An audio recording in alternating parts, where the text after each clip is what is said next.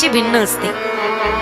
आज कयादू विचार करते, माझ्या नवऱ्याच्या मनातलं जाणून घ्यायचंय ना, मग आवडीचा स्वयंपाक बनवला पाहिजे. कयादू स्वतः गेली स्वयंपाक घरात मुतपाक खाण्यात. मुतपाक खाना कळतो तुम्हाला? मुतपाक खाना महिला मंडळ किचन कळतं का? किचन आणि त्यालाच मुतपाक खाना म्हणतात. मग स्वयंपाक घरात गेली, स्वतःच्या हाताने सुंदर स्वादिष्ट स्वयंपाक बनवला, पंचपक्वान्नाचा बेत. आणि स्वयंपाक करायला सुद्धा बायको सुगरण लागती, महिला सुगरण लागतात. बिचारी खेड्यातली महिला असते, तिच्यावर अन्नपूर्णेची कृपा असते. तिनं पाण्याला फोडणी देऊ द्या, ती भाजी अमृतासारखी रुचकर लागते. आणि जी पोरगी पाकशास्त्राचं पुस्तक पाहून स्वयंपाक करायचं शिकली, गॅस पेटावा, मग गॅसवर मग पॅन ठेवावा, कढई ठेवावी, त्याच्यामध्ये 2 चमचे तेल, अर्धा चमचा जिरं, अर्धा चमचा मोहरी, चिमुडभर हिंग, 4 कढीपत्त्याची पानं. ती वाऱ्याने उडून जाते. कुठं गेली बरं कढीपत्त्याची पानं? ती सापडेपर्यंत फोडणीचा धुराळा. तशी आमटी पेताना नाही गोमूत्राची आठवण आली तरच बोला. तसलं जेवण म्हणजे महाराज लोकांच्या पोटामध्ये त्या दिवशी एक प्रयोगच असतो. हे बा प्रेमाने बनवलेलं सारं चित्त स्वयंपाकात ओतलं ना, तो स्वयंपाक रुचकरच होतो. पण ध्यान जर भटकलं, चव नाही राहत त्याच्यात. आम्हाला अनेक प्रकारचे अनुभव असतात. काय झालं, एकदा सातारा जिल्ह्यात माझं कीर्तन होतं. आणि तुम्हाला माहिती साताऱ्याचे लोक काय तिखट आहेत बोलायला. जसे बोलायला तिखट आहेत ना, तसे खायला पण तिखट येते. आणि त्या बाईने आमटी बनवलेली होती. असं ताट वाढलं आणि त्याच्यामध्ये अशी मोठी वाटी वाढली सरशीच. मी म्हणलं आता काय वाढत असतील या वाटीमध्ये आता. तशी तिकडून एक बकेट आली छोटीशी, अशी तर्री होती त्या आमटीला, लाल जरी. ती पाहून मला घाम फुटला. रावण आमटी म्हणतात तिला, रावण आमटी. अशी लाल जरीत तरी होती. कढीपत्ता तर बिचारा असा घाबरला होता, वरच्या वर तरंगला होता, त्याचं मरण आता निश्चित होतं. अशी तर्रीदार आमटी होती ती. ती आमटी पाहून मी घाबरली. त्या बाईनं मी म्हणलं खालची वाढा, थोडीशी वाढली. बर ती खाताना एवढी तिखट होती ती आमटी, टेस्टी होती ती, पण अशी तिखट होती की खाताना माझ्या डोळ्यातून पाणी, कानातून धुपण निघू लागलं. मी आपली डोळे पुसत जेवू लागली. बर त्या बाईनं आमटी वाढून जावं की नाही नुसतं. ती म्हणे, ताई तुम्ही किती बहिणी आहेत? तुम्ही बहिणी किती? म्हणलं तो या आमटीतून वाचले तर 4 नाही तर 3च. एवढी तिखट आमटी. काही बिचाऱ्या सुगरण असतात, सुगरिणी आणि उदारणी. काही सुग्रत असतात तर काही उदार नसतात. काही उदार असतात तर काही सुगरण नसतात. सुगरण तिला म्हणतात. जी मांड्याचाही कोंडा करते तिचं नाव सुगरण. म्हणजे जागेवर आहेत तुम्ही बस. जी कोंड्याचा बी मांडा बनविती तिचं नाव सुगरण. आणि जी मांड्याचा कोंडा करती, साऱ्या स्वयंपाकाचा सत्यानाश, ती पुस्तकातली सुगरण. पण काही बिचारे असतात का, अन्नपूर्णेची कृपा असते काहीवर. पहा, साधी चालता तिनं बेसन बनवू द्या, असं रुचकर लागतं, अख्ख्या गल्लीत त्याचा वास मावत नाही. अन्नपूर्णेची कृपा असते काहीवर. नाशिक भागामध्ये एकदा कीर्तन होतं, महिला सप्ताह होता. आणि कीर्तनासाठी मग एका बाईकडे जेवणाचा योग आला. त्या बाईने इतकी सुंदर भाजी बनवली होती, वा हा हा, इतकी टेस्टी भाजी होती की तुरट, खारट, आंबट, तिखट सगळ्या चवी एकाच भाजीत होत्या. अशी टेस्टी भाजी होती ती, आहा हा. आता काय वर्णन करू, इथं आणून मांडावं लागेल मला. ती इतकी सुंदर भाजी होती ती, खूप रुचकर. आता सांगायला काय हरकत नाही, तुम्ही माझ्या माहेरचीच माणसं आहेत ना. मी कुठेही बी काही सांगत नाही बरं का. तुम्ही आपले लोक आहे म्हणून सांगते, कोणाला अजिबात सांगायचं. इतकी भाजी टेस्टी झाली तर काय सांगू. मी ती 3दा मागून खाल्ली. किती वेळा? 3दा. तसं पाहिलं तर मी भाजी दुसऱ्यांदा घेतच नाही, पण 3दा मागून खाल्ली. मग विचार करा भाजी किती टेस्टी असेल ती. इतकी छान भाजी होती, मी 3दा मागितली. आता सांगायला काय हरकत नाही, 4थ्यांदा घ्यायची होती मला, पण मी जरा लाजले. माणसाने कुठं सगळ्या ठिकाणी निर्लज्ज असू नये, काही ठिकाणी माणसाने लाजावं. म्हणलं आता पुन्हा मागितली तर हावरटपणाचं लेबल लागेल ना. मला घ्यायची होती पण मी लाजली जरा. आणि माणसाला कळावं गड्या, हे पहा मी उत्तम स्वयंपाक नाही करत, पण मी उत्तम रसज्ञ. म्हणजे काय खावं, कसं खावं, कुठे खावं, किती खावं याची मला उत्तम जाणी, अक्कल मला. बऱ्याच जणांना ती नसते, खायची अक्कल बऱ्याच जणांना असते का. एकदा काय झालं, एक आमच्या माणूस आमच्या शेजारी चहा पित होता. काय पित होता, आणि तिकडून चोकोबार आला. त्याने घेतला तो चोकोबार, पण चहा पिऊस तर काय करावं, चोकोबार वितळे म्हणून त्यानं चहात बुडून खाल्ला. काय चोकोबार चहात बुडून खाल्ला, काय लायकीचा असेल विचार करा तू. माणसाला खायचं कळावं. काय आहे, मला येतो छान स्वयंपाक, पण मी मुद्दाम लोकांना सांगत नाही मला स्वयंपाक येतो. मला भीती वाटते, मला भीती याची वाटते. लोकांना कळलं ताईला उत्तम स्वयंपाक येतो तर माझ्या गाड्यातला विना काढून घेतील, माझ्या हातात झारे देतील, बसा बुंदी तळत. ते आपल्याला करायचं नाही. माणसाला काय खावं, कधी खावं, कुठे खावं, किती खावं कळावं माणसाला. त्या बाईने भाजी बनवली, जेवण झालं आमचं, समोर बसलो आम्ही. पान आणि विडा दिला त्या बाईने आमच्या हातात. किचन मधून बाई ती उभा राहिली चौकटीला हात देऊन, म्हणे ताई स्वयंपाक व्यवस्थित झाला. म्हणलं काकू काय स्वयंपाक झाला, हा हा. काय भाजी बनवली होती तुम्ही, वाह एकच नंबर भाजी. अशी भाजी मी माझ्या आयुष्यात खाल्ली नाही गड्या. काय भाजी बनवली, मी 3दा मागून खाल्ली. काकू खरं सांगू का, मला आणखी एकदा घ्यायची होती गड्या, पण मी जरा लाजले. म्हणजे ताई त्याच्यात काय एवढं, अर्धी कढाई पडली, आणू वाटीत घालून. म्हणलं आता नको, आता जेवण झालं. या भागामध्ये जर दुसऱ्यांदा मी पुन्हा कीर्तनाला आली ना, तर तुम्ही मला ही भाजी खाऊ घाला पुन्हा, मी येईल तुमच्या घरी जेवायला. मग त्या बाईने मला प्रश्न केला की ताई तुम्हाला कारलं आवडतं का. म्हणलं छे छे कारलं मला नाही आवडत. म्हणलं ते कारलं, त्या कारल्याचं नाव सुद्धा काढू नका. आता पोटभर जेवण झालं, आता वांतीला औषध नको. म्हणलं त्याचं नाव काढू नका कारलं, का अतिशय कडू असतं म्हणजे कारलं. मला आवडत नाही, मी खात नाही, मला सांगू नका. म्हणलं त्या कारल्याचं नावही काढू नका. लग्नाच्या आधी सुद्धा मी घरी असताना, माझ्या घरी मी असताना कारलं शिजत नव्हतं, कारलं होत नव्हतं. म्हणलं मला कारलं आवडत नाही, मी पाहत नाही, मी खात नाही ते. म्हणे का कारलं आवडत नाही. मला अत्यंत कडू वस्तू म्हणजे कारलं. किती करा पण ते कडू ते कडूच. म्हणलं मला आवडत नाही, मी खात नाही. ती बाई म्हणे कारलं आवडत नाही म्हणता, कारलं कडू ये म्हणता, आणि आता 3दा मागून खाल्ली, 4थ्यांदा घ्यायची म्हणतात. ती भाजी कोणती होती माहिती तुम्हाला. म्हणलं कशाची होती. म्हणे कारल्याची. अरे मी डोक्याला हात लावलं. मग कारल्याची भाजी एवढी टेस्टी आणि रुचकर कशी, कारलं तर कडू आहे ना. त्या बाईने सांगितलं कारलं निसर्गात कडूच आहे ते कारलं. पण मी त्याला बाजारातून घरी आणलं, स्वच्छ धुतलं, त्याला चिरलं, बिया वेगळ्या केल्या, आणि त्याला मी फोडणी दिली, त्याला मी परतवलं. चिंच, गुळ, मसाल्याचे पदार्थ, शेंगदाण्याचं कूट, खोबऱ्याचा कीस घातला. त्याच्यावरती मी पाकशास्त्राचे संस्कार केले, आणि त्या संस्कारा अंती कडू कारल्यानं कडूपणा सोडला आणि नवीन गोडपणा धारण केला. सुगरण जर बाई असेल, किती कडू कारला असू दे, तिच्या हाताने ते कडू होतच नाही. पाकशास्त्राच्या संस्कारा अंती जशी गृहिणी कडू कारल्याला सुद्धा गोड बनवते. केलेत कडू कारले, आम्हीच गोड केले, आपणच केलेत ना. ज्या घरामध्ये एकादश कळत नव्हती, सोमवार कळत नव्हता, गुरुवार कळत नव्हता, कटाकट चालू होती, त्या घरी धोरणं, त्या घरी अशा घर धोरणात कोणी आणलेत, आपणच आणलेत ना. अशा घरी माळकरी बनवलेत कोणी, आपणच बनवलेत ना. अशा घरी देवधर्म एकादशी सुरू केली कोणी. मंदिरात जात जा, पप्याची पप्पा चांगलं होतं, काम चांगली होतात. कडू कारले कोणी सरळ केले, कोणी गोड केले, आपणच केले ना. ही गृहिणी माईबाप.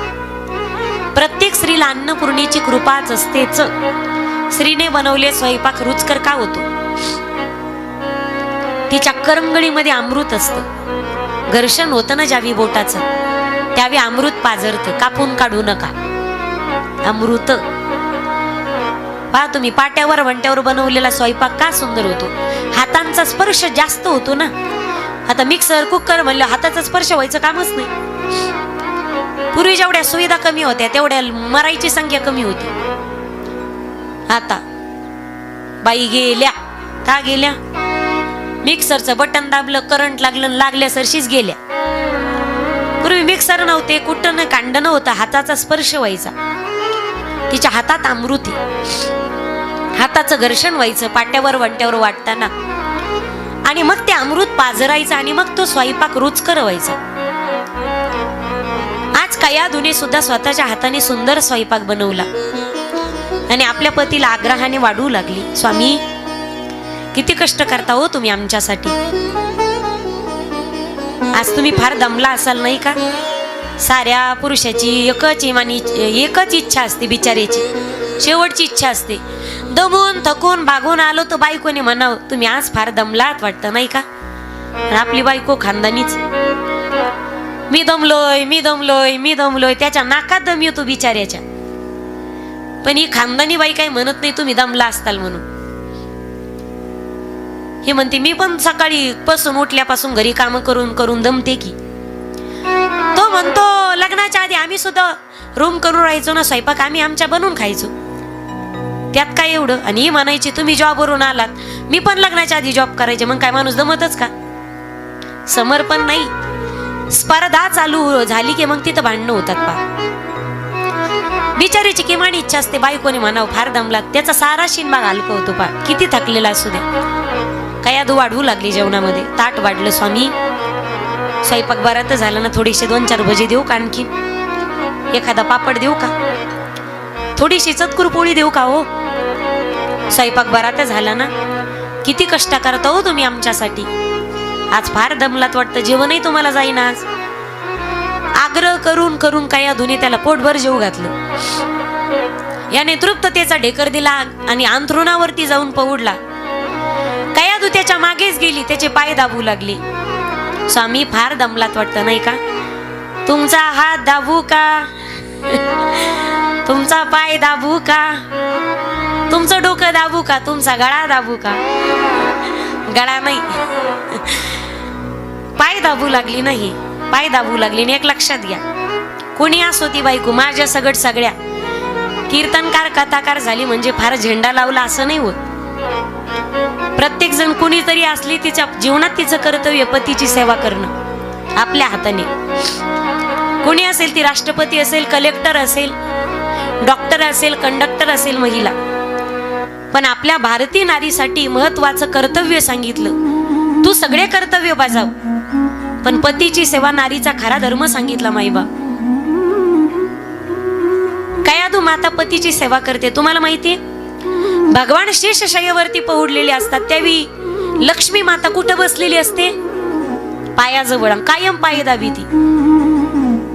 लक्ष्मी जर पाय दाबती, तुम्हाला वाटतं आपल्या घरात लक्ष्मी यावी, यासाठी पतीच्या पायाच्या रेषा आणि पत्नीच्या हाताच्या रेषा एकत्र याव्या लागतात, तर त्या घरामध्ये लक्ष्मी नांदती. पतीची सेवा करणं तिचा महत्वाचा धर्म आहे. भले तुम्ही जगाचे कुटाने करा, जॉब करा, कोणत्या पदावर आरूढ व्हा, पण तिच्यासाठी तिच्या एक कर्तव्य सांगितलेलंच आहे. मी सांगेल की कायदाच आहे तिच्यासाठी, की प्रत्येक पत्नीनं आपल्या पतीची सेवा झालीच पाहिजे. नाही दिवशी, नाही दर दिवस, पण 2 दिवसातून 3 दिवसातून पतीच्या पायाची सेवा पत्नीची झालीच पाहिजे. देवाच्या कृपेच्या आधी पतीची कृपा तिच्यावर झाली पाहिजे.